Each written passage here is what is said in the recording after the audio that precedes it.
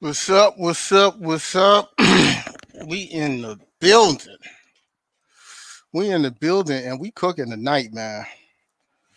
That's on my mama. We are cooking tonight. I'm gonna give it some time for some people to get up in here.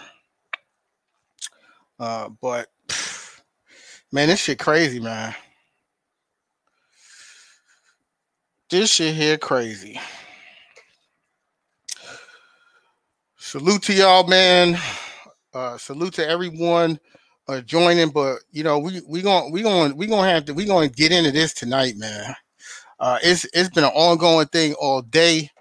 Uh, you know, y'all y'all already ready, man. Y'all are already ready. Y'all are ready, man. It's been an ongoing thing, man. Listen, man. I'm gonna say this. You have to keep the same energy. Period. You have to keep the same energy. And listen, tonight I don't even know who this fool is, but tonight we will be shooting out a link tonight for smoke, because if you want some smoke, you can get the smoke tonight, because you got to keep the same energy, man. You know, because we don't heard a whole lot of bullshit, a whole lot of garbage coming from that camp about this person ducking and that person is ducking and this person want to play on their ranch, and you know, we don't heard a whole bunch of bullshit, right? You know, we don't heard for the last couple years before this fight was even in fruition, when he was at 140 pounds, the haters that came out here and was calling, you know, everyone who was Spence fans, fanboys. Salute to you, Clarence. Salute to you, Will. Salute to you, Art Man. You know, we dealt with it. Everyone was you know, talking a whole bunch of shit, you know. And now, you know, and I had to, you know, I have to go to this now. I gotta go there, bro, because this is what I'm seeing. You ever went outside and there was a dog, right? And the dog was behind a fucking gate, and the dog was barking loud, and loud as shit, was vicious, ferocious. I mean, you thought this dog was going to tear down a fucking a Tyrannosaurus Rex if that shit came back from extinction. And then when you open the gate, the dog don't want none. Cause this is what I'm seeing, man, and this is time and time again. This is time and time again, and you guys have backed the wrong person, and it's coming to bite y'all in your ass now. You guys have backed the wrong person. You backed the wrong guy, man. The hate for Spence. Oh, you know, and we're gonna go over timelines, man. We're gonna go over receipts, and we're gonna go over facts, man. You know, because it's been nothing but double standards and pure hate. Nothing but double standards and pure hate. Okay. And I'm tired of being the good guy. I'm done with it. I'm done. You see, I've now inherited this reputation of being a troll. You know, I've been on social media. I want you guys to think about this. I've been on Facebook for a while, from IOTBA days. It's been years. You know, no one ever called me a troll before. I was a Spence fan, a Spence supporter, however people want to categorize it. I made my posts. I made my group. People came in and trolled me, trolled my group, called me a fanboy, right? I try to be respectful, but you can't be respectful with niggas. You can't. Because niggas, you know what I learned? Niggas only understand one type of language. You know, ignorance, violence, negativity. That's what they understand. So if you don't respond to them with ignorance and negativity, they think you soft. You know, I try to be respectful about it. But that don't work. I see it. It don't work. So now, like Tony Montana said, say hello to the bad guy. Say hello to the bad guy. Because this is all I needed to see right here. Because we're gonna go over some hard-earned, stone cold facts about what's going on here. We're gonna go over some stone cold facts about what's been going on here, man. You know, Terrence Bud Crawford, I respect him as a boxer. I respect his skill set. I respect his dedication to the sport.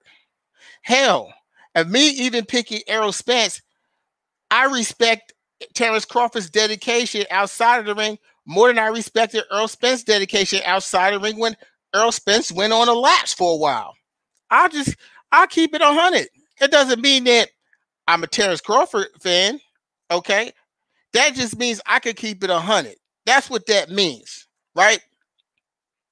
But you know, we gotta really drill down onto some things, you know, because what I notice here is, you know, hearing loyal to the game, boxing and sports too, and loyal to the game, boxing and sports that got shut down because we had Terrence Crawford's trainer Bomac in the group. I see a lot of dudes in here kissing ass and kissing the ring. They can't keep it 100 because they're starstruck. They're enamored by the fact that the so-called pound for pounds coach is in the group. They're enamored by it. Listen, let me tell you something.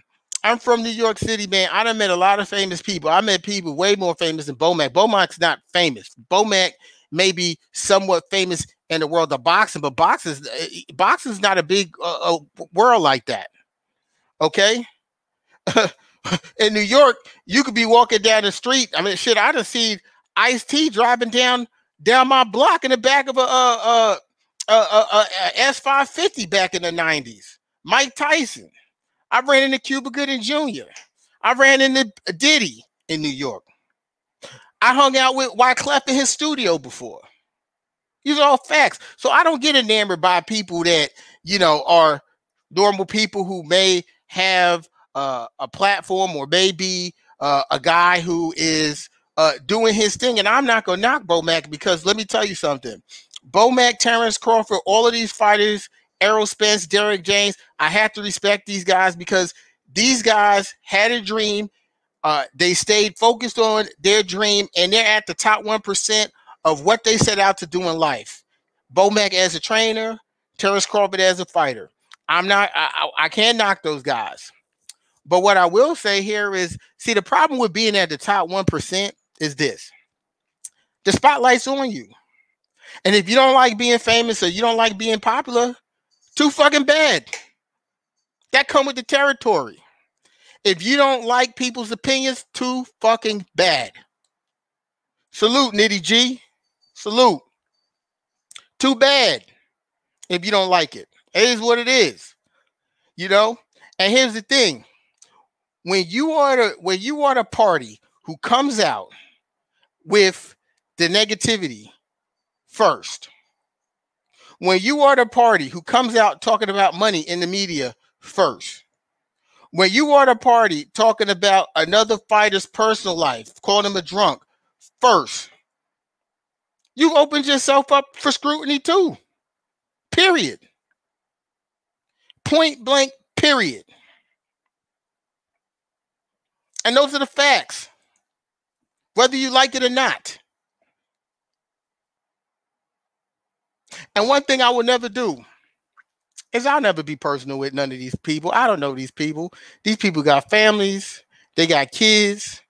You know, it ain't personal. It's boxing. That's all it is for me. And that's all it should be for them. But when you on this platform, you have opened yourself up to critique, to criticism, to scrutiny, to praise. What you think we discussing? You don't see the screen? Listen, man. Can someone tell me what is bigger than fighting on pay-per-view in the world of boxing and also fighting for undisputed in your division? Is there anything bigger than that? Please let me know. Because if there is, I mean, put in the chat so I can know. Educate me, man. Because only God is perfect, and I'm not God, and I'm okay with that. But here's what I know. Here are the facts, right? I know one person, one fighter in this scenario, whether you liked his game plan, whether you liked his perspective or how he was going to move, kept the same energy the whole time and said they were going to do what they were going to do and stayed true to that. And one guy been all over the place. One guy has been all over the place, and I'm going to delve into that. From the time that Terrence Crawford came to the 147-pound division, I remember, because I watch all these things. I'm a huge fan of boxing. I remember before he fought Jeff Horn, he was on ESPN, Stephen A. Smith, and Max Kellerman. And these guys were trying to bait him into a fight with Errol Spence. And I remember succinctly him saying that the king of the division was Keith Thurman. That's who he wanted to fight because that's who the king is Keith Thurman. Now, am I saying that he was ducking Errol Spence because of that? No, that makes sense. If you are a champion, if you have just become and made history at 147 and became the undisputed junior welterweight champion of the world, well, it makes absolutely no sense for you to go up to the next weight class and not look for belts and not look to fight the person with the most belts. But what you have to understand is this, right? It's like this when you're in high school. They have JV basketball. They got varsity basketball. Just because you were scoring 30 on JV don't mean you come into varsity and starting. There's seniors there. There's guys who may have made varsity from freshman year and now they're a junior or now they're a senior. There are guys who may have been on the bench and worked their way into a starting spot because other people graduated. Other people may have moved up to a new weight class. So what you have to do as a true champion, as a true warrior, is you have to come in there and earn your place. You have to earn your spot like everyone else.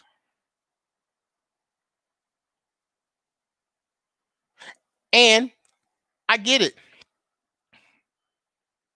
I get it. Listen, I'm not mad at him for fighting Jeff Horn.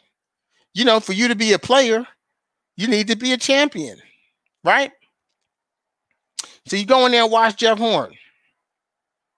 You watch him.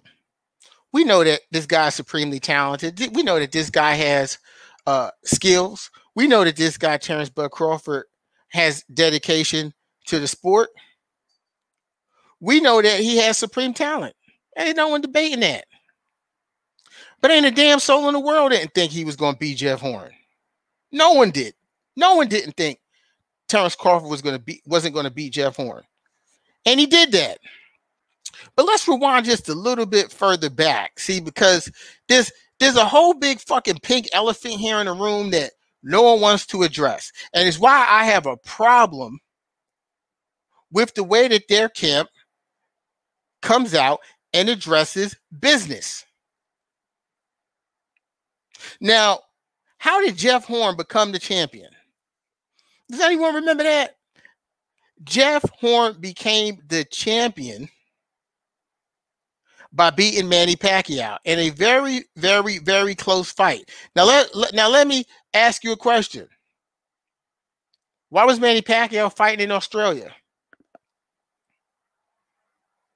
Why was Manny Pacquiao a mega superstar, a guy who just came off one of the biggest fights of the century? Now, maybe action-wise, him and Mayweather wasn't action-packed, but it was the highest revenue generating fight in boxing, bar none.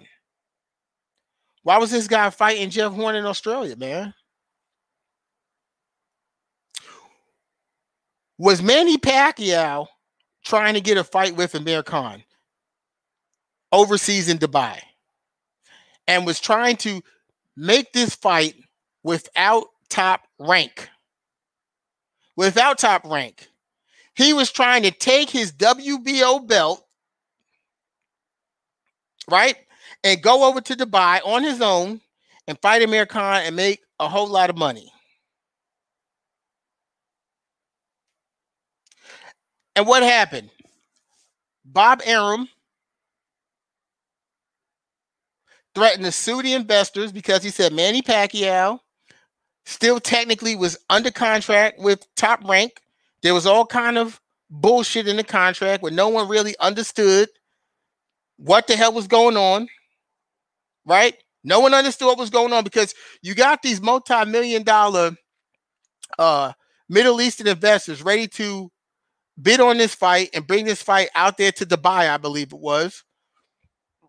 I'm pretty sure they got some lawyers to look over the contract. They're not going to just say, I'm going to invest my money into a fight without having some legal representation taking a look at the contracts. But you know what happened? Bob Arum threatened to sue these guys. Manny Pacquiao was forced to fight one more fight with Top Rank. Manny Pacquiao said he wanted to fight Terrence. He would fight Terrence Crawford, but he wanted an astronomical amount of money at that time, which was $20 million. Mind you, there was no pandemic. Arum said no. He fought Jeff Horn. Him and Jeff Horn had a close fight. Their fight was way closer than any fight Juan Manuel Marquez fought Manny Pacquiao in their 4 fights. No, or was it 3 fights? I believe 3. Closer than any of them. But Manny Pacquiao, for some reason, in Australia, didn't get the nod. Jeff Horn got the belt. Manny Pacquiao had tax problems. Manny Pacquiao went out into Asia on his own to try to make some money. Bob Arum threw him into the streets. Figure it out, Manny. This fight comes along. Terrence Crawford washes Jeff Horn. Now, mind you, let's see if anyone remembers any of this stuff. While all this was going on, while he came into the 140-pound division, Keith one-time Thurman had to vacate his WBC belt. He had to vacate it from being on such a long layoff. Salute to you, brother. Salute to you. Okay? He came off a long layoff. They had the ability to get into the WBC rankings. They had the ability to get into the WBA rankings. Salute to you, Blackstar TV. They had the ability to get into the WBA rankings. They could have went any route. They could have allowed Jeff Horn to fight whoever and always bring Terrence Crawford back to the WBO. But that's not what they did. They wanted to make Terrence Crawford a champion right away. And then what were the first words that came out of Bob Arum's mouth? Let's see if anyone remembers. The only fight that makes sense for Terrence Crawford would be Errol Spence because Keith Thurman, Sean Porter, Danny Garcia are not elite fighters. This came out of Bob Arum's mouth. Keith Thurman, the same person. What's going on, Brandon? Salute to you, good brother. Keith Thurman, Danny Garcia, Sean Porter are all not elite fighters. This is very contradictory to what Terence Crawford said at ESPN when they said, who is the king of the welterweight division? He said it's not Errol Spence, it's Keith Thurman. But somehow Keith Thurman wasn't an elite fighter to Bob Arum. It was only Errol Spence. But you know what? You know what's interesting, right? When you always notice, it's like I said before, it's the Chihuahua behind the damn fence. That's what it is. See, you can say all these things about Errol Spence when you know Bob Arum has been in the boxing business over 50 years. When you know that fight is nowhere near close to happening, you can say anything. You can say Terence Crawford's going to dominate him. He's going to beat him. We can set up the fight tomorrow. I got a blank check. ESPN has a blank check. We're not the same old smucks we used to be. We have a chest of money. We could do it. Bob Arum, Al Heyman's a cancer. You can say anything. Any of these things when you know that the fight is nowhere near being made. You can say whatever you want. That's what you can say. And for all these guys, you got some of these guys, man. It amazes me. You got some of these guys that come in here and want to tell you what Spence said about get a strap and this and that. Listen, man, at the end of the day, the people that's in charge of making these fights ain't the fucking fighters. Okay? I mean, that's evident because I mean Terence Crawford said he wanted the fight, right? The fight ain't never been made. The people who are in control of the money is in control of the fights being made. Point blank, period. Sean Porter says he wants to fight Terence Crawford. The fight still ain't made. And what is it about? See, because people want to always talk about money when it's coming to Errol Spence. But why do we keep seeing this same reoccurring theme when it comes to anyone with a fucking pulse? Anyone who has the ability to put some mileage on Terence Crawford. Not saying that they're going to beat Terence Crawford, but going to put some wear and tear and some mileage on him. Because anyone who thinks if he fights Sean Porter, he ain't going to have some mileage put on his ass is fucking tripping. But we see this reoccurring theme.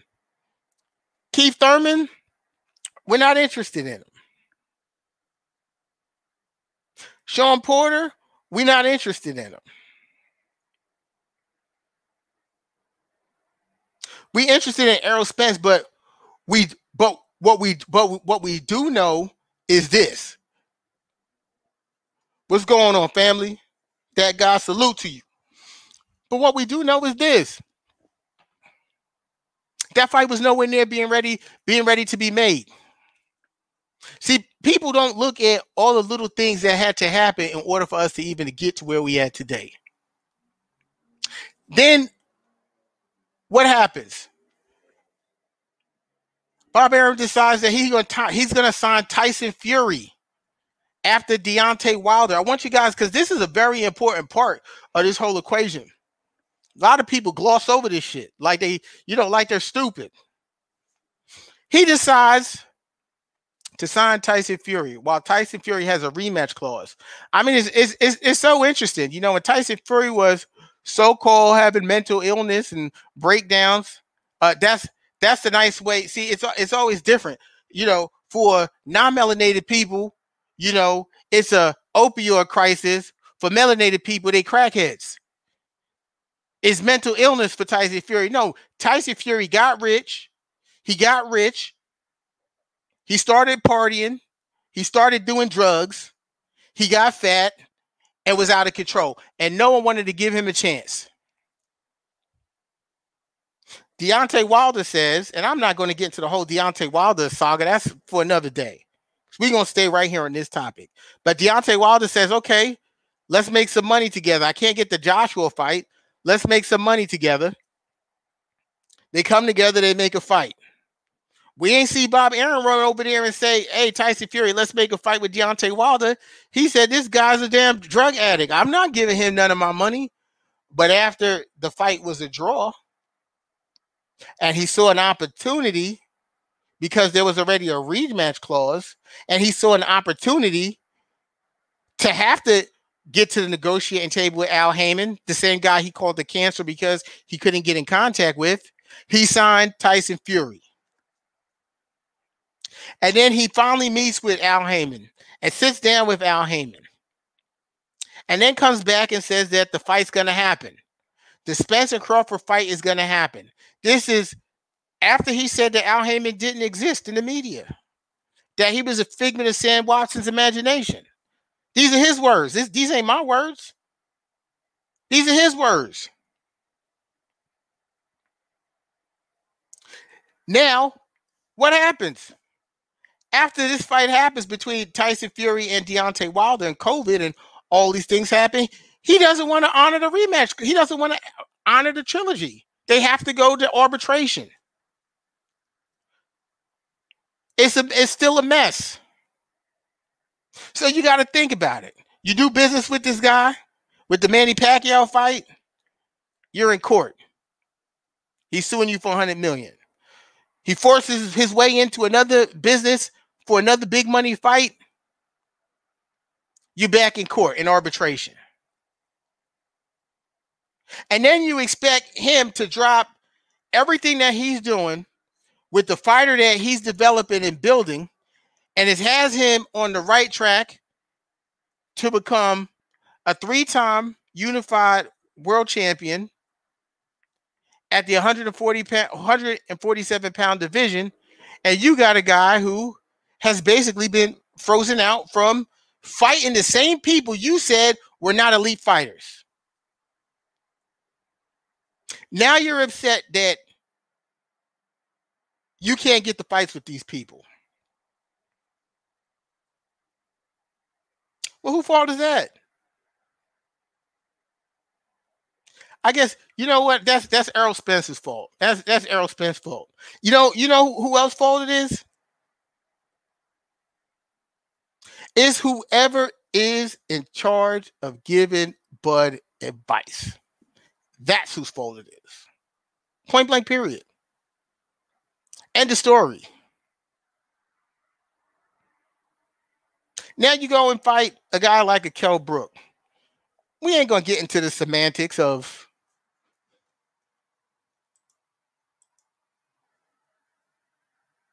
who cares.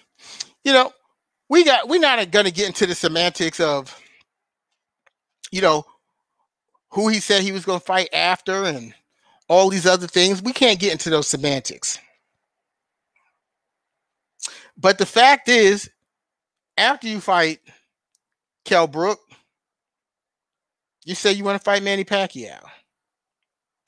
When the announcers on ESPN who ran a smear campaign that whole Kell Brook fight, if anyone remembers, I feel you. If anyone remembers all the highlights they showed of Kell Brook on ESPN leading into the Bud Crawford fight, with all the punches he landed on Errol Spence, as if he actually won that fight, is if actually this guy didn't get on his knee and propose to Errol Spence in the ring. Every highlight they showed was all the clean shots he landed in the fight. And then when you're asked, do you want to fight Errol Spence? You look at the floor and you look at Bob Arum.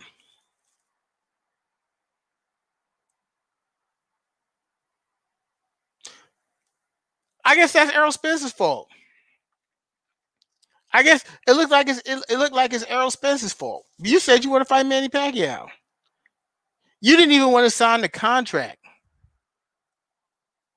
for the Kell Brook fight. After there was a date that was put out, there was no official announcement until maybe 3 weeks going into that fight. Because it wasn't official, because you didn't want to sign a contract. The date was official. The pressure on you to actually fight was there, but you didn't want to sign a contract. And I don't blame you, because if someone's offering or if someone's selling you a dream,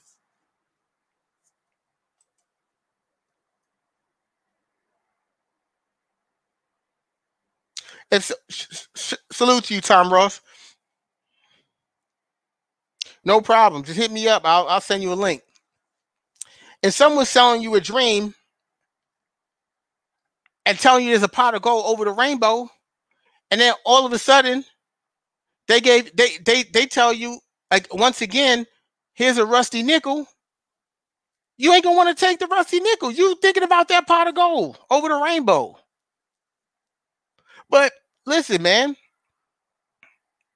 if you didn't get the fight in 2014, if you didn't get the fight in 2015, if you didn't get the fight in 2016, if you didn't get the fight in 2017, if you didn't get the fight in 2018, if you didn't get the fight in 2019, I mean, I'm kind of getting tired.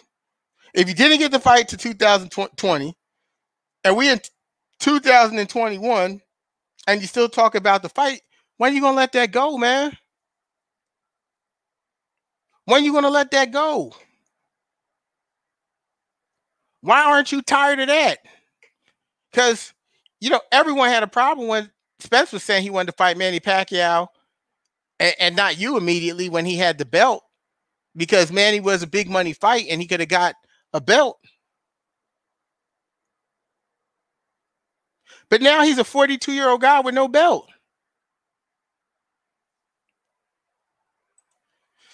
Now he's a 42-year-old dude with no belt. And he's still chasing this guy. You don't want undisputed at 147. I mean, I just kind of find that interesting. And the truth of the matter is, the only reason why you don't want 147, you don't want to fight right now for undisputed, or you don't want to talk about Errol Spence, is because you're not in control. That's the only reason. And to be quite honest, that's a sucker move not to fight anyone in boxing. Because one thing about business is that you don't let your emotions get involved in the business. Business is transactional. It's not emotional. Numbers aren't emotional. They're absolutes. 1 + 1 is always going to be 2. 1 + 1 doesn't equal 3 just because you're having a good day or a bad day. And you're taking the same emotional perspective and the same emotional point of view into negotiating with Errol Spence. I mean, I think this is really funny, man. I'm gonna go ahead and pose this real quick.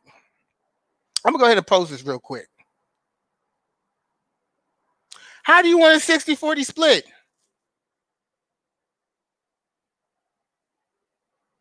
Explain that to me. How do you want a 60-40 split? Listen, if you're a guy who sold 150 pay-per-views, and there's another guy who sold almost 900,000 pay-per-views, explain to me, how do you logically ask for a 50-50 split with this? These are not my numbers. These are the facts. The guy is saying a 60-40 split, and you tell him, based on these numbers that belong to you, I'm not even trying to be funny here, but if the post-out number is missing an entire fucking digit, there's supposed to be either a 1 through 9 in front of the 5, or a 1 through 9 behind the 0 in the 50,000. It's missing an entire fucking digit. And simple math is showing you right here that asking for that type of split equals this. It's a duck move. Because if you're going to say that Errol Spence has been ducking you, right? Then you gotta be able to take it the same way you dish it when you do something irrational.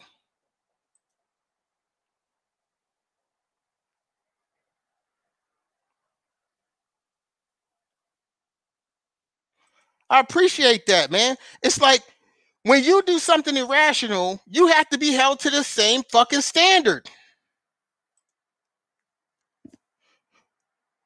You can't tell one guy he's ducking, and then when you do some bullshit, it's okay.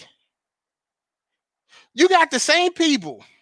And listen, I'm not mad at Trayvon. I'm not mad at Tyrell. I'm not mad at these guys. These guys are blood relatives. They're supposed to support this guy no matter what. Right or wrong. But hey man, y'all gotta be able to take it the same way y'all dish it. Because you guys are the same guys that said Spencer's gonna move up before he fights.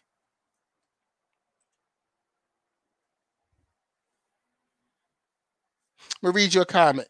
If someone has only been in one weight class, asked you to get a belt, and you achieve it, that's a 50-50 spot, especially if the guy who asked has only been in one weight class.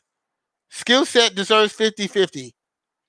Salute to you, but don't be ghost, because you gotta allow me to answer your question, Ronald Finkley, and I respect that. But I don't know what it is, man, but for some reason, when it comes to Terrence Bud Crawford, you fight fans want to throw out the history of how business has always been done in boxing. Can I ask you a question? If what you just said here was true, skill set deserves 50-50. Explain to me why Arturo Gatti got a bigger cut than Floyd Mayweather did when they fought. Because we all saw what happened when they fought. The skill levels weren't even in the same universe. According to you, if skill set is the reason why, and Floyd Mayweather fought under the same promotional company as Terrence Crawford is fighting under now, Top Rank.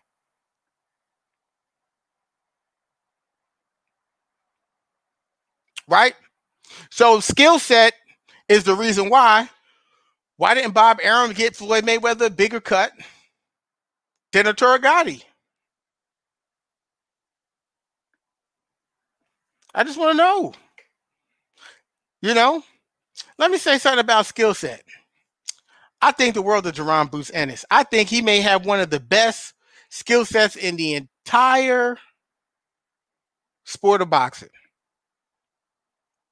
But you know what I'm always told when I say I think he can beat this guy, that guy? He ain't fought nobody. I hear that all the time from my co-host Drico Bay. He ain't fought nobody. What makes Terrence Crawford any different when we're talking about skill sets?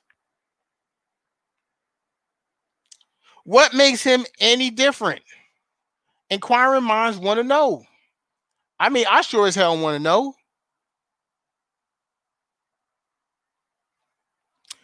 I'm gonna post this because DeAndre, we've been cool for years. We've gone back and forth. The one thing I can say about you is you're a respectable dude. We could go back and forth for hours on the same thing, and we ain't never called each other out of name. And I appreciate you for that. But according to what Bud Crawford said this weekend, this is not possible. Them fighting, when you say when Bud beats Spence, I can't wait to hear your excuses. But according to Bud, they're not going to fight. So I'm trying to take a derailed train and put it back on the tracks. Because these guys need to fight.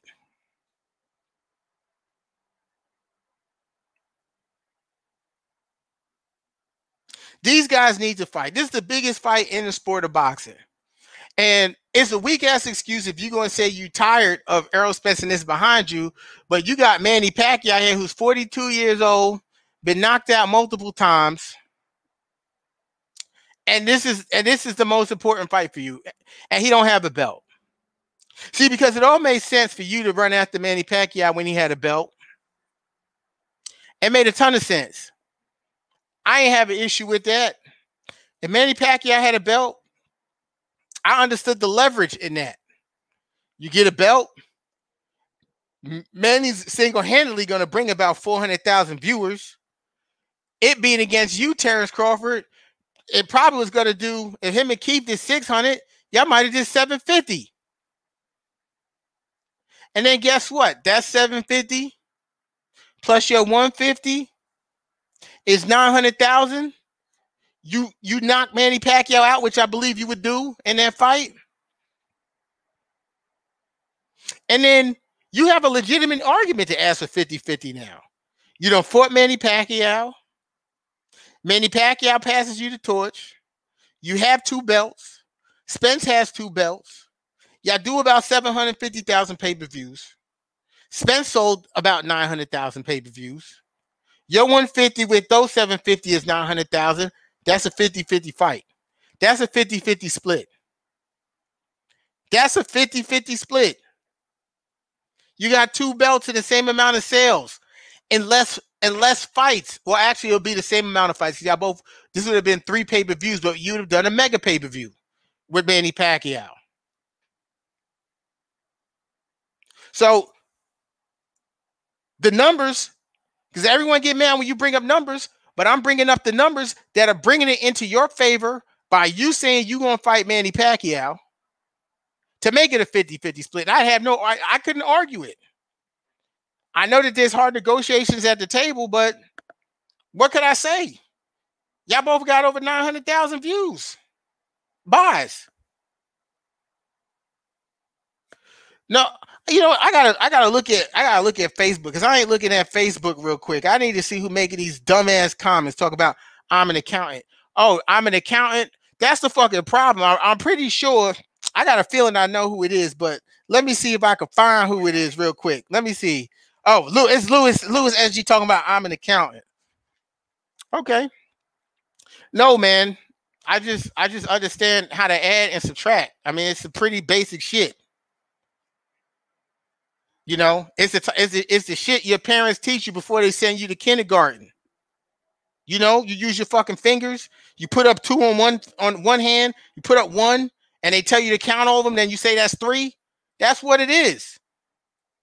3 is more than 2. Okay, 350,000 is more than 50,000. Actually, 350,000, which they said was 360,000. If you take 50,000, right, and times it by 7, you get 300. You would get, if you could take the 50,000 and times it by 7, you get 350,000. That means that Errol Spence sold 600% more than you did in y'all first pay-per-view. And you're asking for 50-50. That makes no sense. He sold 6 times the amount of pay-per-views you sold in his first. Y'all both did pay-per-views.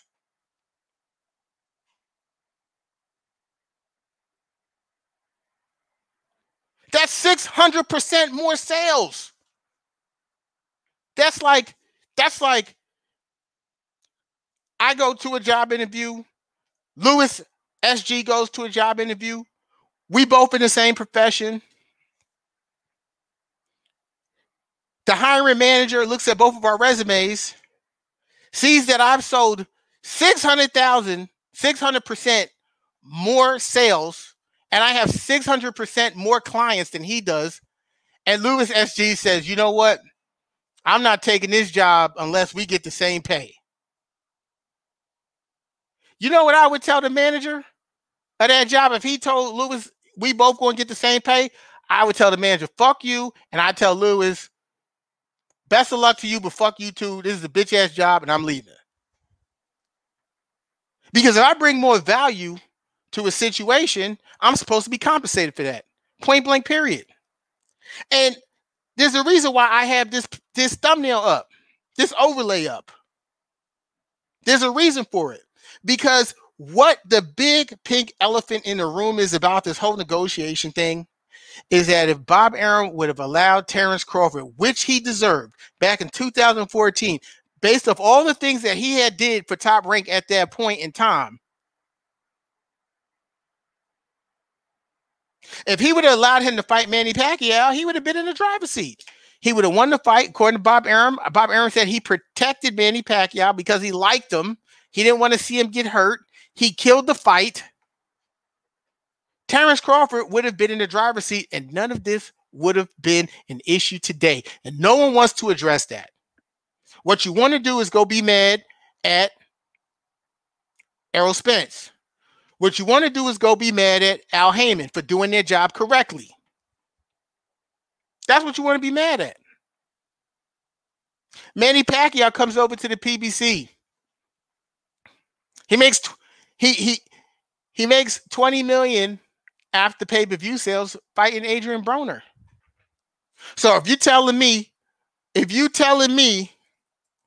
that if Bud Crawford was over at the PBC and Manny Pacquiao said, and he was undisputed champion, and Manny Pacquiao said, I want $20 million to fight Bud Crawford, you telling me Al Heyman wouldn't have made it so that he would have got that $20 million, knowing that he could take Bud Crawford and take him to the next level in his career from a monetary standpoint, from a status standpoint? See, but this is what the issue is. Because see, sometimes it's like being in an abusive situation with your spouse. You done been with this person for so long and dealt with the abuse so long that you think this shit is functional. You think that after you win a fight, that you think it's okay for someone to come out and air you out in the public and say that you lost up so much money, right? You lost up so much money. You're a person who needs to go out and promote themselves better, like other people. And the same person you named the same person you said, Teofimo Lopez, is trying to leave you, but you say he need to go out and promote himself like that. And then you in return come back and say, oh, I know Bob is a good guy. I know he really tried to make these fights happen. But this is the same guy who just admitted to you a year ago that he killed the Manny Pacquiao fight. He did it. So how do you know what this guy really is trying to do for you behind closed doors? And you know what? At some point, the same thing you would tell a battered woman in a relationship is that you got to leave. You can't sit around and look at somebody who's in a healthy relationship and be mad that they in a healthy relationship and project your frustration out on them. And that's what you're doing with Errol Spence. To the point that it has now clouded your judgment to you not even wanting to fight. Ain't that what you do? Didn't you used to fight for free? Just for the love of the sport?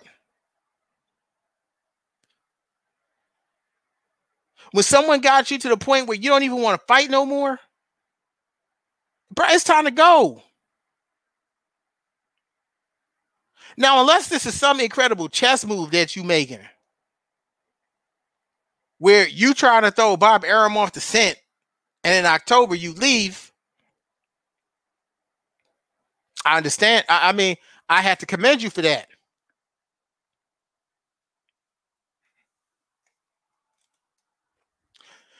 KP from KC says, how can Tio get away?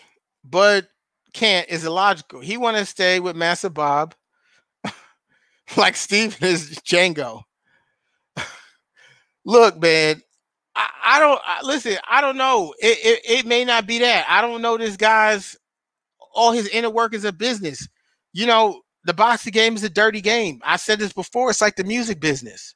A person can give you an advance. And that's the thing. That's the thing, man. When a person gives you money and you haven't earned it yet and you accept the money, They own you.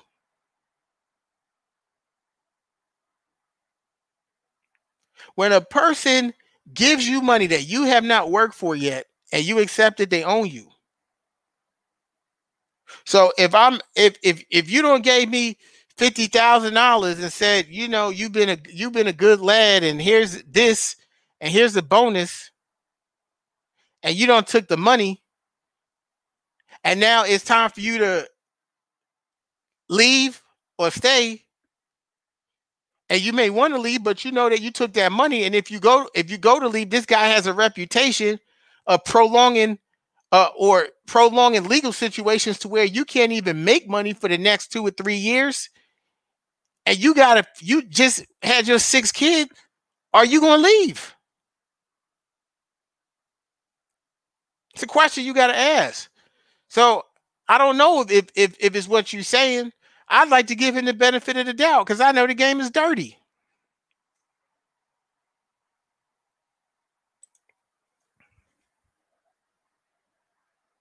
So what I'm going to say is this, man. We're going to get back on point because you know you got to keep the same energy, man. For you to say that someone's ducking you, and then for your family to come on here and say Spencer's gonna move to 154 before he fights, he gonna move up, he gonna do something different, and now all of a sudden, when Spence is saying we're gonna see who's holding up the fight once I get this 3rd strap, and now you're saying you're no longer interested. Now, when you're hearing what you wanted to hear or what you alleged that you wanted to hear this whole time,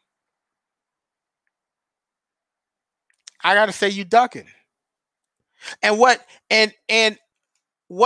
makes me say that even more is not just because of Errol Spence, but how long it's taking to just even get a fight together with Sean Porter, or how when Keith Thurman sends you guys an offer, you guys just ignore it.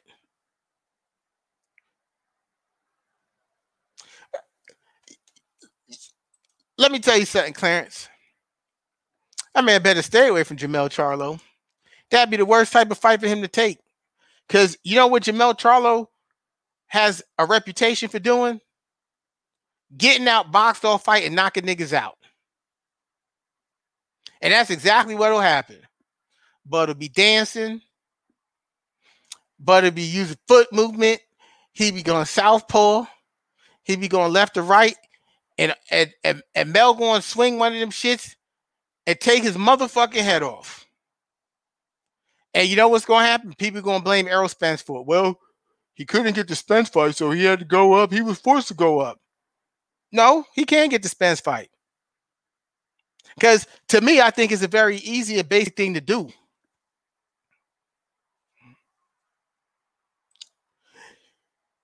If you are going to be having an expiring contract in October,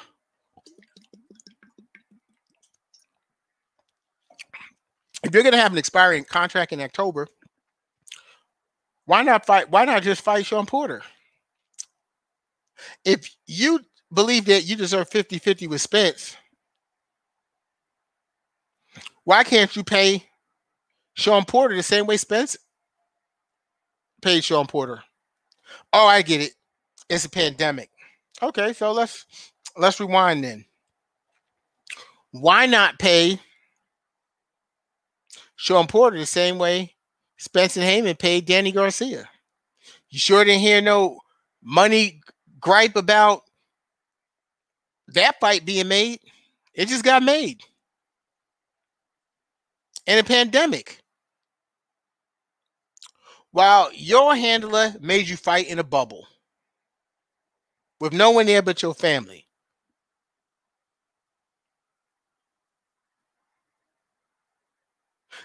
You have Al Heyman selling tickets at Cowboy Stadium and making people buy 3 tickets just to watch the fight because of COVID. If you wanted a ticket, you had to buy either 3 tickets or 4 tickets.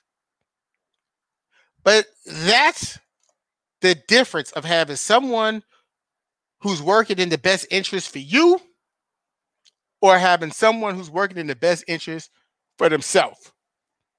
Arum is thinking about me. How much money am I going to lose? And Heyman is thinking, how much money can I make for my client? It's a big difference. Why wouldn't Errol Spence do what someone like that is telling him to do? Why wouldn't he try to go get 3 straps first? Why wouldn't you try to fight the former undisputed light welterweight champion of the world for undisputed? Wouldn't that be history in the making? Because someone named someone who became undisputed in 2 consecutive weight classes. I believe that if Terrence Crawford could beat Errol Spence in an undisputed bout, that one win and achieving that historic accomplishment would wipe away all of the criticism about who he has and who he hasn't fought. And that's a fact. That's a fact. Let me see if I can find this let me see if I can find this link real quick. Man, because it's incredible, man. it's incredible, man, because a lot of people be out here throwing stones when they live in a glass house. Let me see if I can find this and share this real quick.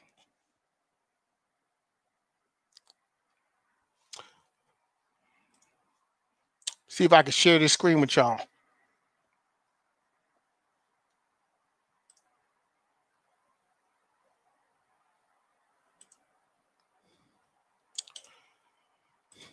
Here we go. I'm gonna share this screen with you guys. I'm gonna add this.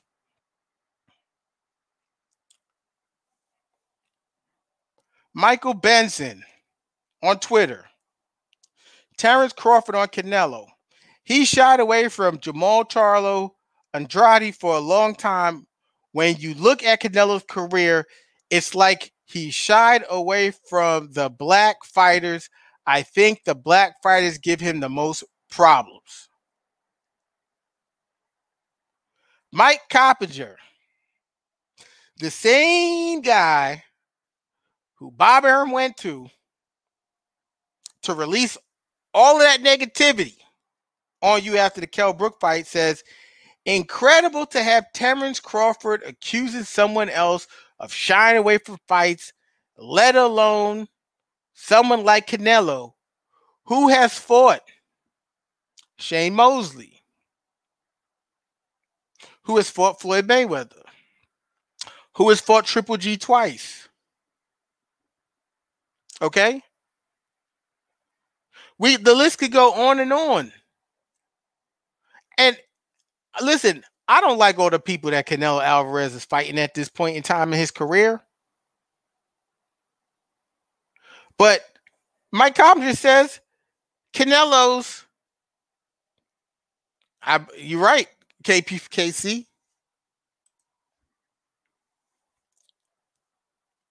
But Mike Coppinger says whose 10th toughest opponents eclipses Crawford's best, and that's no hyperbole. Man, that shot's fired right there. But I know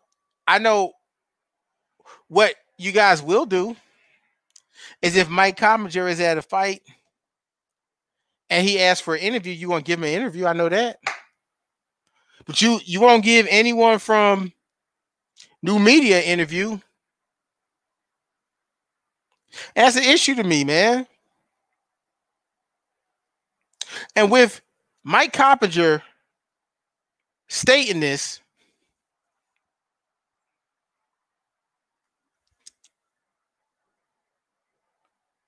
what that means to me is that you don't have any leeway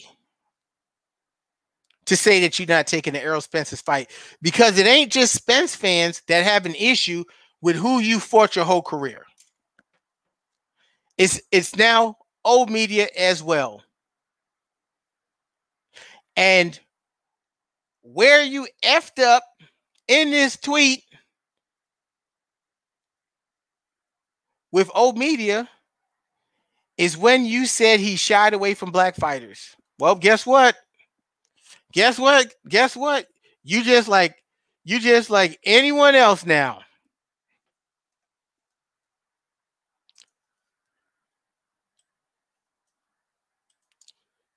You just like anyone else now. Point blank, period. See if I can take this off real quick.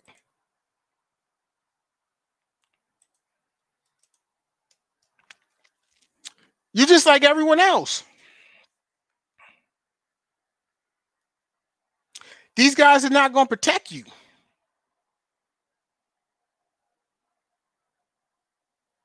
But you have a fan base that will protect you, though, because Bud Crawford could do no wrong. I've never seen a fan base that says it's okay for a fighter that you've argued with or argued about for the last 3 to 4 years to say that I'm not going to fight somebody when they're telling you that they don't have a problem fighting you. I don't understand it. It doesn't make sense to me. Let me give some of these comments. Yeah, they're definitely going to show him, without a doubt. Without a doubt. He had a nerve to say Canelo's 10th toughest opponent is better than his best opponent. I got to look this up. I'm going to have to look this up. Let's see something. Canelo. I'm going to look at Canelo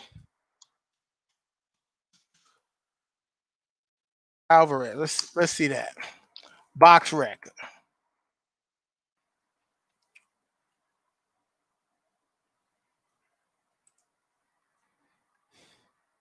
Let's take a look at Canelo. Let's take a look at Canelo Alvarez's. He ain't fought Billy Joe Saunders yet. So let's go through this.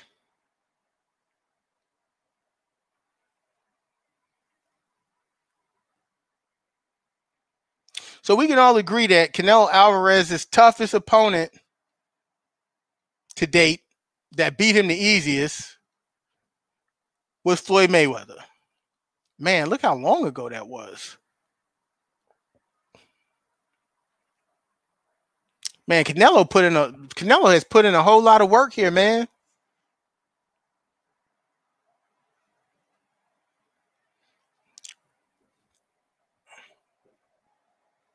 Canelo Alvarez has beaten Miguel Cotto. He's beaten Floyd Mayweather. I mean, he's lost to Floyd Mayweather. Okay, so that's his toughest. Austin Trout at the time was undefeated and beat Cotto, so we could say he was up there. Islandi Lara, who most people believe won that fight, he was definitely one of Canelo's toughest opponents. Shane was kind of old, was unanimous decision here. Kermit Cintron was an all right fighter at that time.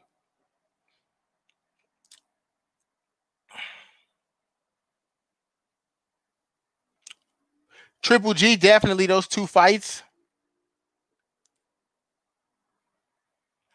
Definitely Triple G is up there.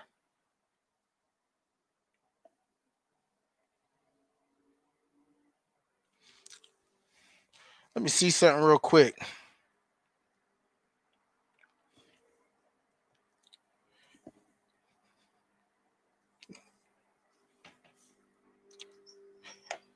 Hey, Ox, I'm live right now, man. I just want to ask if you wanted to hop on the stream.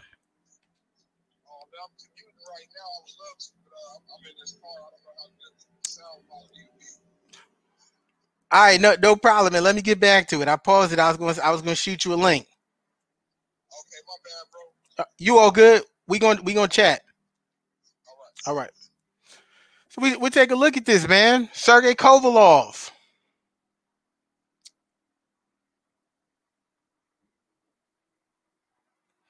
He beat Amir Khan before you did.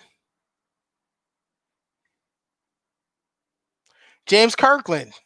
He only had one loss at the time, but you know, that was tough. James Kirkland that was in a bad situation, didn't have his trainer. And then we're gonna take a look at we're gonna break some things down here.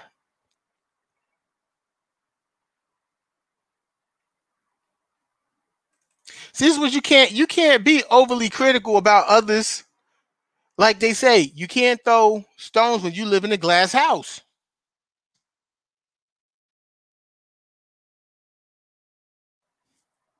We'll look at Bud Crawford. We'll pull up. Let's see if we can pull up your box rec. 37-0, 28 knockouts. We got Kell Brook, Kavalauskas, Amir Khan, Benavides, Jeff Horn, Julius Ndongo, Felix Diaz, John Molina, Victor Postal, Hank Lundy, Thomas Delorme, Yuriorkis Gamboa, Ricky Burns. Let's take a look at something here.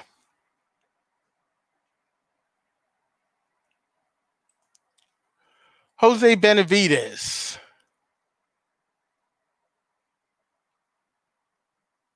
See, because a lot of people had a problem with this when we brought up Jose Benavides fighting on one leg.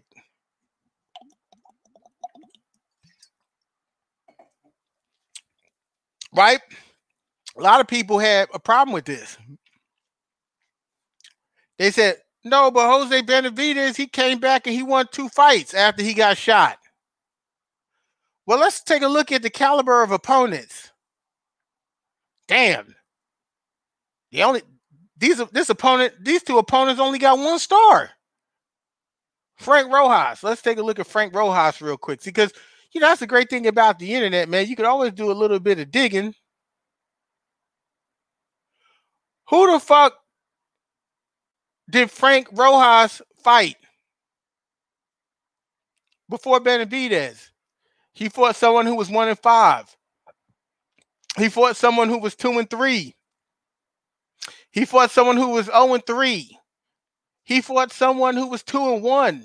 He fought another 0-3 guy, a 7-6 guy, and a 1-4 guy. I mean, do we got to keep going? I mean, this is disgusting. This is disgusting.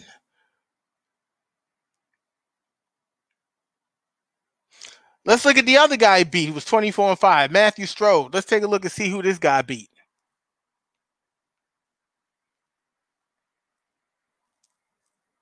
The opponents are so fucking bad. Some of them don't even have a star.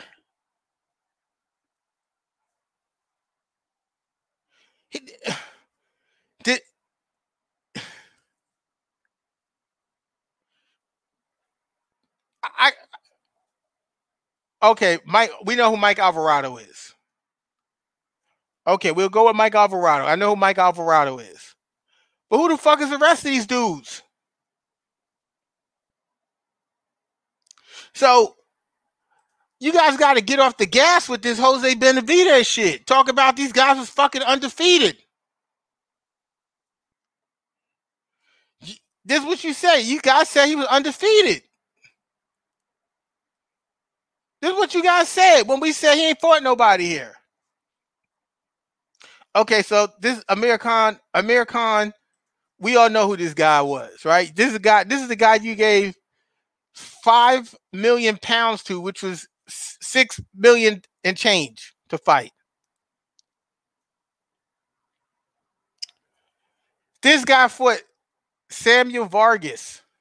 And before he fought Terrence Crawford, he fought Samuel Vargas, and he was dropped in this fight.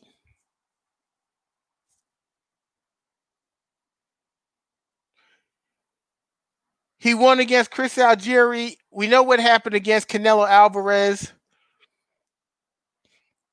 Devin Alexander. I mean, we got to give Amir Khan some kind of credit, but we all know this guy had a glass chin. Danny Garcia sparked him. TKO. Canelo, straight KO, almost killed him.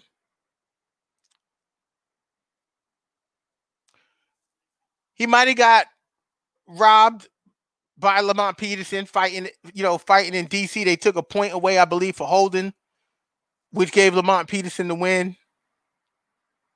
I saw the fight with Marcus Maidana. He was on Queer Street in the last couple rounds. He pulled it off. Bradis Prescott stretched his ass.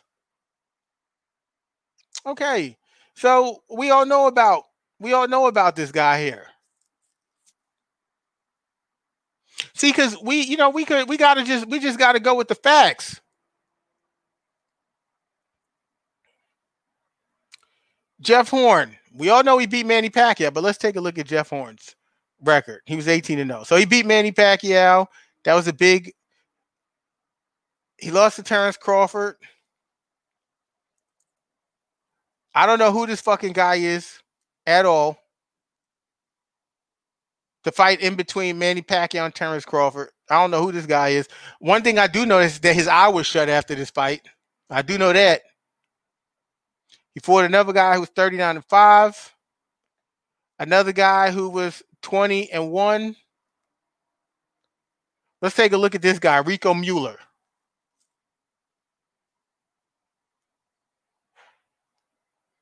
(27-3), decent record. Let's take a look to see who this guy, Rico Mueller, fought before he fought Jeff Horn. Here's Jeff Horn. 6-2, 27-6, 42-5. I mean, that's got to be. Oh, he got one star though. Okay, 1-1, 6-1, 16-2, 6-5, 23-7, 0-16. He fought someone in their debut. Who are these guys? Who are these guys? Y'all motherfuckers got the nerve to talk about the easy road. The easy route.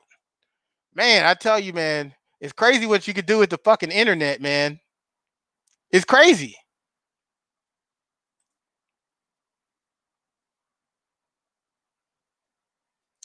Let's take a look at, we all know about John Molina. This was a legit win. I'll give him Victor Postol. That was a legit win. Hank Lundy was 26-5. He was a midget. I don't know who this guy is. Crawford knocked him out. Let's see who he beat and who he lost to. Like Mayweather said to Guerrero, we don't know who you beat. I don't know who you beat. I don't know who you lost to. So let's find out. Oh, I see one name, Lamont Peterson.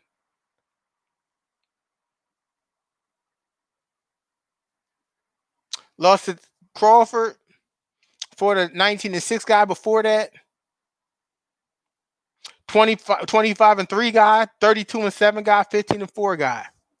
I mean, this is pretty interesting, man. You know, you guys want to be sitting around here talking about the easy route. The easy route. It's so easy to debunk this shit. It's super easy. Let's take a look at the easy route.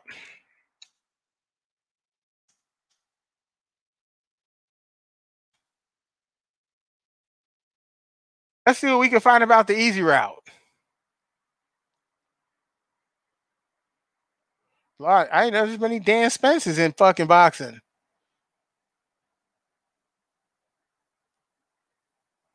Shit, I might have to put in Arrow Spence. Shit.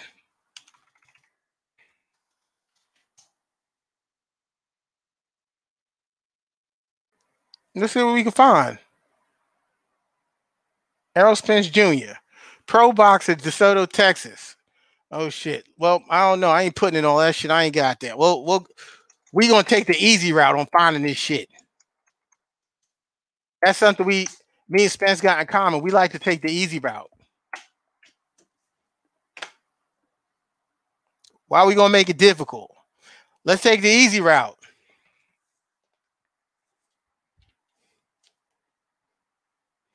All right. Last fight, Danny Garcia. Damn, why these motherfuckers want? Why y'all want me to go in here? I might have to open up a new tab for that. Hold on a second. They want me to I might have to open up a new tab. Let's see what we can find here real quick.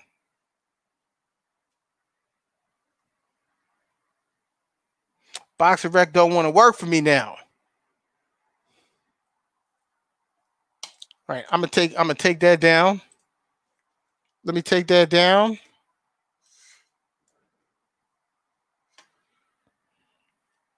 Let's see if we can find a new tab for that. This is interesting, man, because all you got to do, because we got these guys, they like to put together videos and take a soundbite from here. I don't know why they don't want me back in here no more. Give me connection issues. But we was going to dig into that real quick. I don't understand it. It's so easy to debunk the easy route stuff because half of these guys that he beat, who the fuck they fought? I just debunked the Benavidez thing. Because people like to say, with Benavidez, people like to say that, he came back off of a KO loss. That's what people like to say. Benavidez came back after he got shot, and he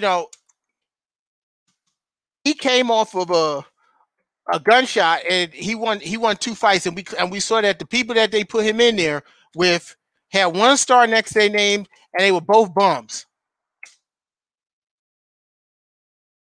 They were both bums. Let me see if I can somehow. Boxer Rec don't want to open for me no more. It's mad at me for some reason. There's probably an overload of bums from it. That's probably what happened. There's probably an overload of bums. Go ahead and remove that, man. It's so easy to, it's so easy to debunk this easy route stuff, man. It's super easy. Go ahead and adjust my camera real quick. It's super easy to debunk this easy route stuff. Super easy. You take a look at who these guys, who he fought, and who those guys beat and fought previous to that, and this is everything you need to know. And you gonna sit here, and Bob Arum gonna sit here and tell us that Sean Porter's not elite, Keith Thurman's not elite, Danny Garcia's not elite, but then you pay Amir Khan more than double what you offer Danny Garcia after Danny Garcia already knocked him out, and then Canelo Alvarez came along later and then knocked him out again.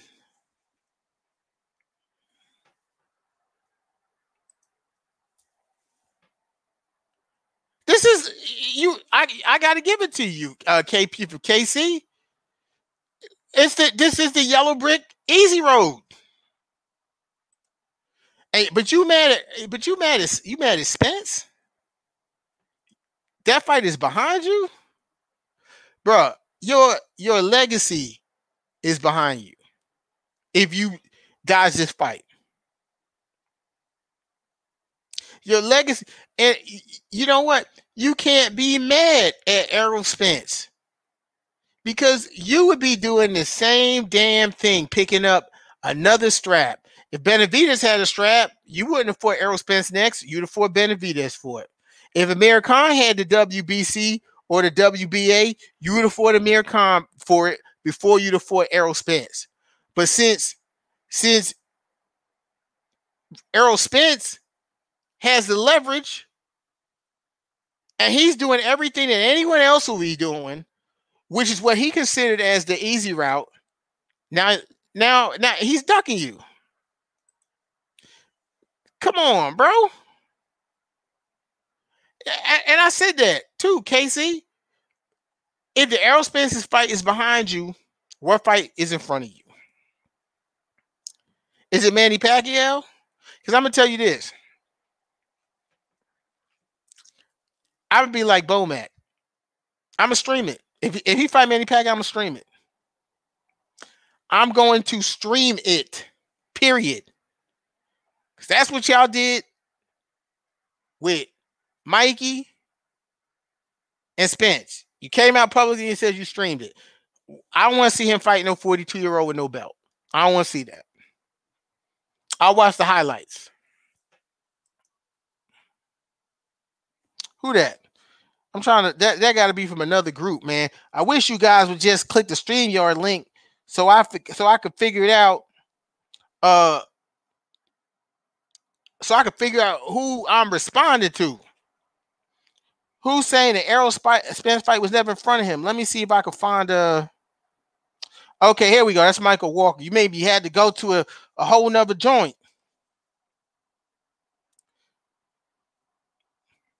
How can you say that the Spence fight is not in front of him when he just told him, when Errol Spence has never once said he wasn't going to fight Crawford? He constantly said the fight's going to happen. He said he was going to clean up his side of the street first. That's what he said. And that's what he's doing. He's going to get the belts. You know, it's interesting. We haven't heard Errol Spence say nothing about Manny Pacquiao since he dropped the belt to Ugas. He ain't still chasing Manny Pacquiao. He went after Ugas to get the belt. How do you say the fight wasn't in front of him? No, the fight wasn't in front of him when he wanted it to be in front of him because he signed with the wrong people who couldn't produce quality fights for him. So you put the pressure on Spence for that. That's not Spence's job.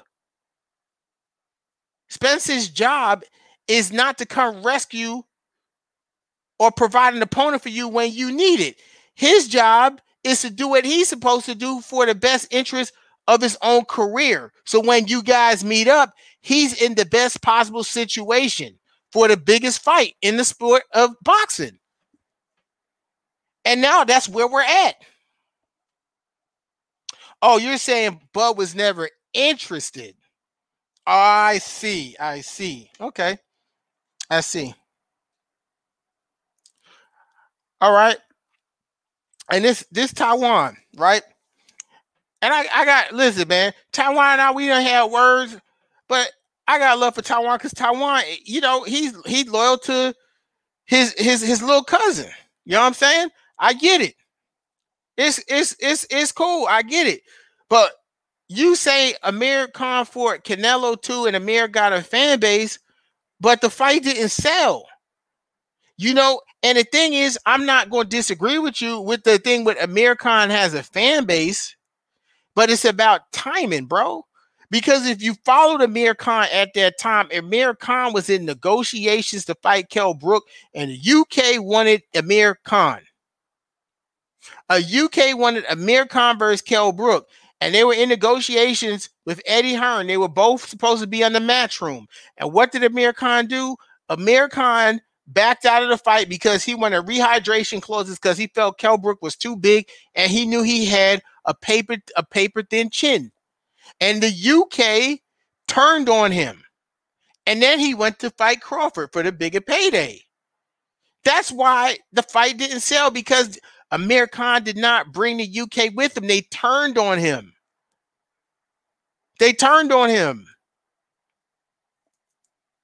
That's not Bud's fault. Bud, let me tell you something. I'm going to keep it 100. Danny Garcia knocked out Amir Khan. Canelo Alvarez knocked out Amir Khan. Canelo Alvarez was getting tattooed by Amir Khan for a while. He was getting outboxed and stuff, and he knocked him out. He's just bigger and stronger guy.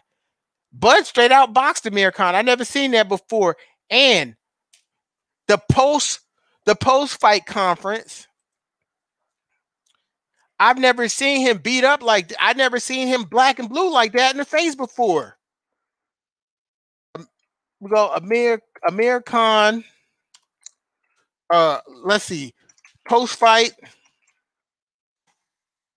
Let me see. Amir Khan, Crawford, post fight. And I lost respect for Amir Khan because Amir Khan did not get hit in the midsection. He got hit in his thigh. It was clear as day. It was clear as day. I saw it. The whole world saw it.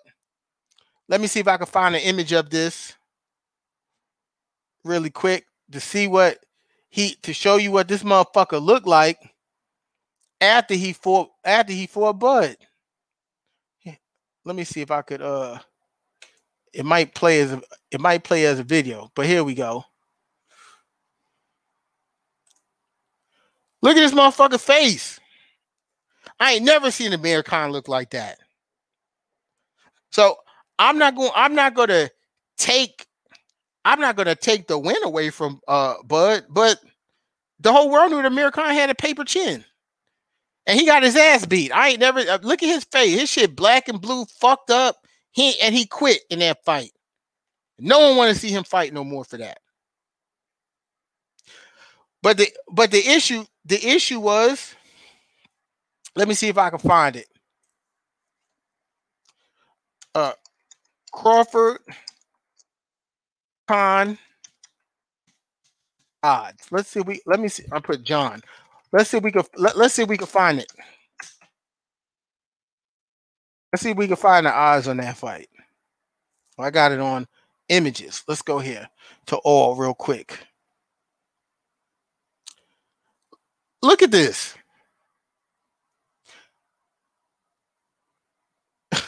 Amir Khan was plus 700.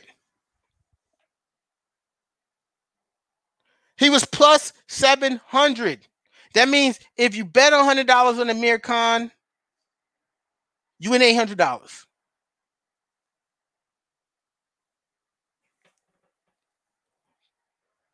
That's my point. Let's look at the Crawford. Let's look at the Crawford Horn odds. Let's look at that. And I know he got skills, but I'm just saying Mayweather has skills too, but his odds weren't always like that. Let's go here. Let's see what the odds were for Jeff Horn.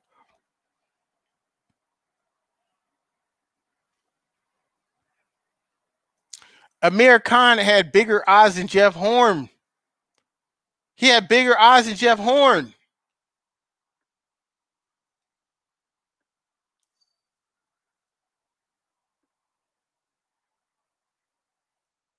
Go ahead, Michael Walker. You can ask whatever you want to ask.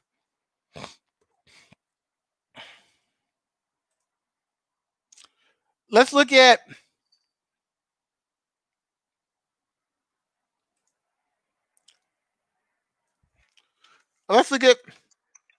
Benavidez. Let's look at those odds.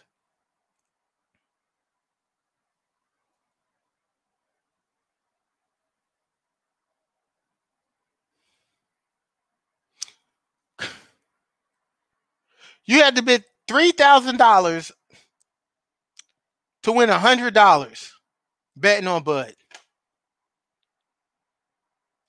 If you 10-1, if you bet $100 on Benavidez, you won $1,000. Salute to you, Nitty G. I appreciate the support.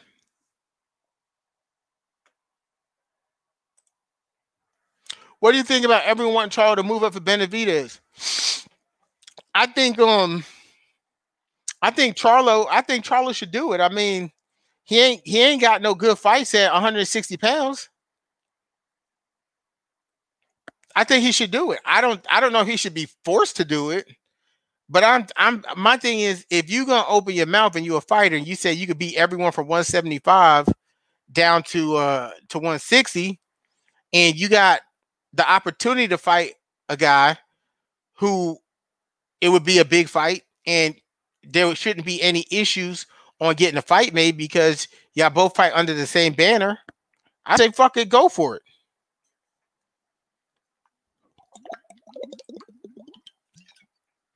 And I think that fight's gonna happen.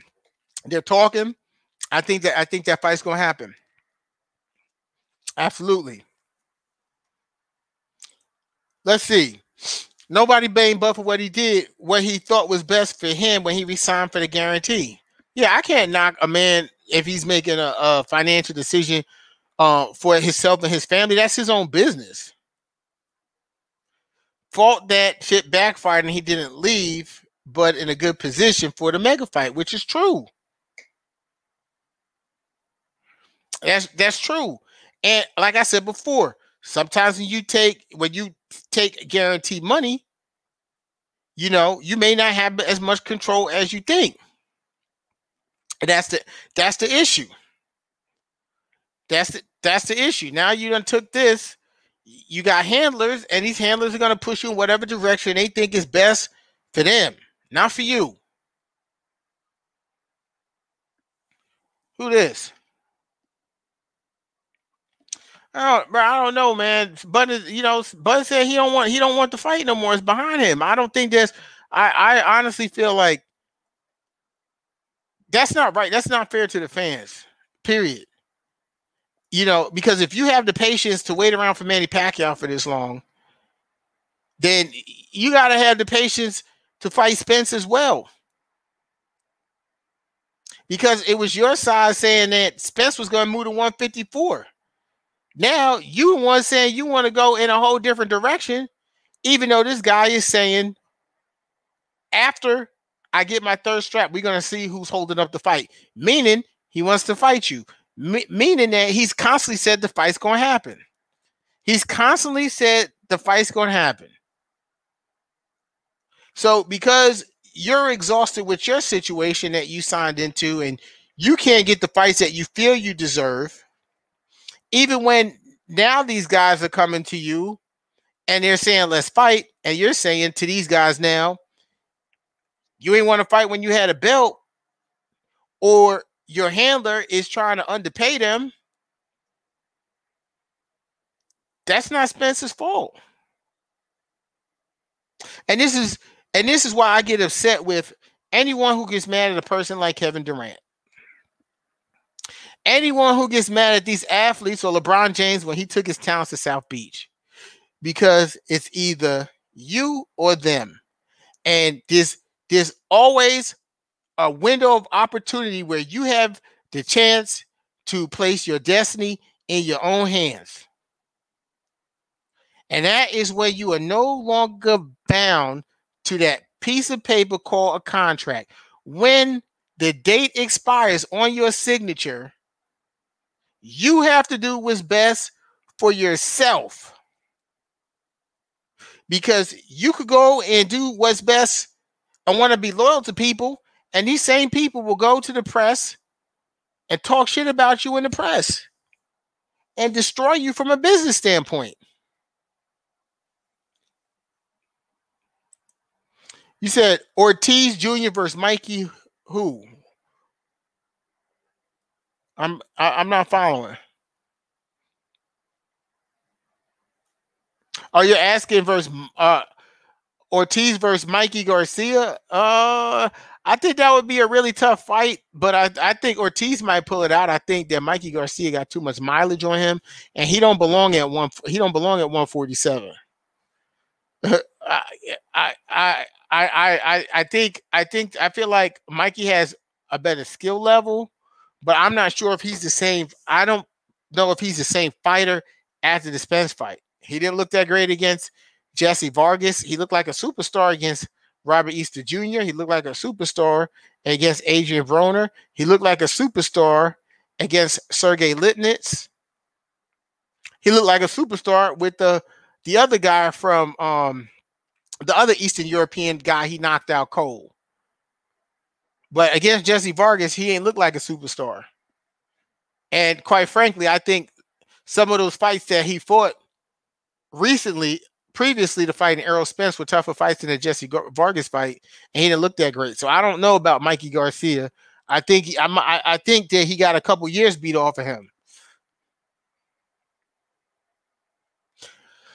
Yeah, he does train both of them, but you know this business of boxing is dirty. I mean, Robert Garcia is going to tell Virgil Ortiz, you're gonna have to find somebody else. He ain't gonna dip out. He ain't gonna train against his own flesh and blood.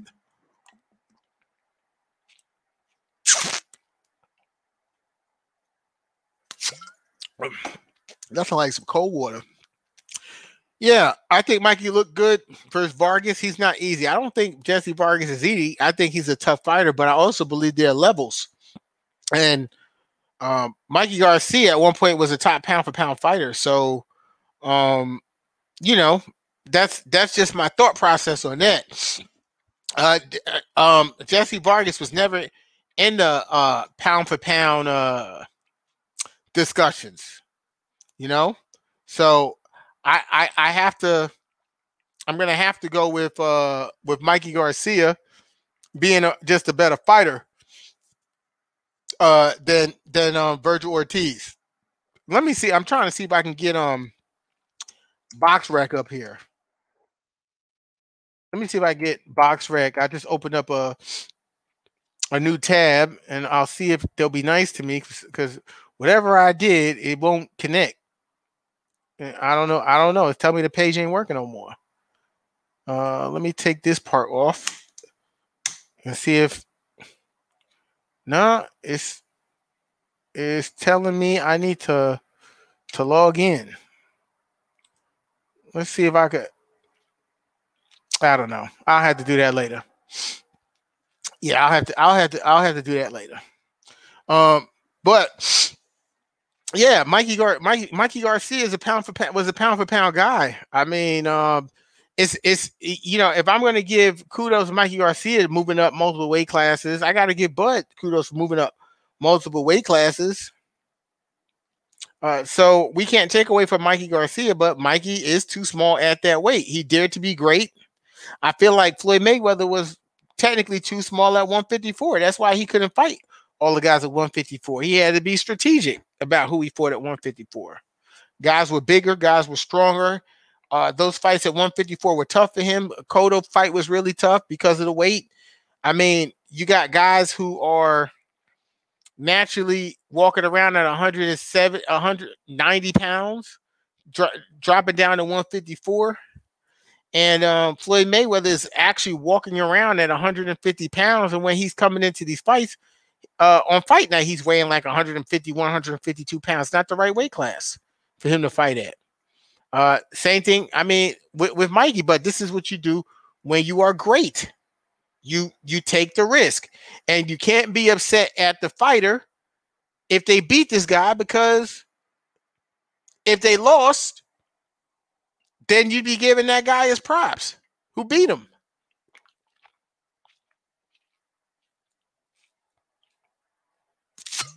Salute to you, that guy. I appreciate you, man. Like always. So I'm just gonna come out and say it. Terrence Crawford, you gotta fight Errol Spence, man. Point blank, period. If you in your feelings or not, I don't know what to say about that, man. Like, emotions and boxing, it don't mix. I don't see a bigger payday for you besides Manny Pacquiao, possibly, and it probably won't be a bigger payday, because this is the fight that everyone wants to see. And I believe that if you fight Manny Pacquiao, people are not going to be willing to pay $99 for that pay-per-view. They'll probably pay the regular $74.99 or $75. But with Errol Spence, they'll pay $99 like they did with Floyd and Manny. They'll be able to boost up the price because of you saying you don't want to fight him and all the drama and the ducking. People are going to pay, and it's going to be a huge fight. And based on who you have decided to fight and who you haven't fought, there's no way in the world that you could say with a clear conscience that you're going to be 100% satisfied with your career because you can retire and go to the Hall of Fame. Because truth be told, if you retired today and went to the Hall of Fame, there's not going to be a lot of fighters or boxing fans that are going to talk about you like that. They're still going to talk about the legends like Hagler. They're still going to talk about the legends like Sugar Ray Robinson, Ali, Mike Tyson, because these guys had legendary fights. And to me, I don't know if it's just about being able to say I made it to the Hall of Fame. You know, people want to be able to tell your story. Is it a thing about skill set? I don't know. I don't think people are going to say, hey, Terrence Crawford, man, that guy, I remember watching him. He had a lot of skills. I remember when he fought. Well, I remember when he didn't fight Errol Spence. That's all I got to say, man. Yo, Terrence Crawford, you got to be better than this. Fan base, the fan base, y'all got to be better than this too. Because if Spence did the same thing, y'all be calling him a duck. Y'all want to talk about horses and stuff. So, hey, what's good for Spence is good for Crawford. There's neither one of these guys should be saying that they don't want the fight. It doesn't matter how frustrated you are with how things aren't going your way. If you don't like the way things are going, change it. You got an opportunity in October to change it. Change it. And that's what I'm going to say. Because if you don't change it and you have the opportunity to change it in October and you decide to stay where you at and you decide not to make the fight, there is no one to blame but you. Because you yourself went on a Joe Rogan show and said it's the reason people don't want to make these fights is because of Bob Arum. You yourself said that multiple times. So if you decide to stay there and not make the fight, the only person that we can hold accountable for that is you. I appreciate you guys. Stay loyal to the game, and we out of here.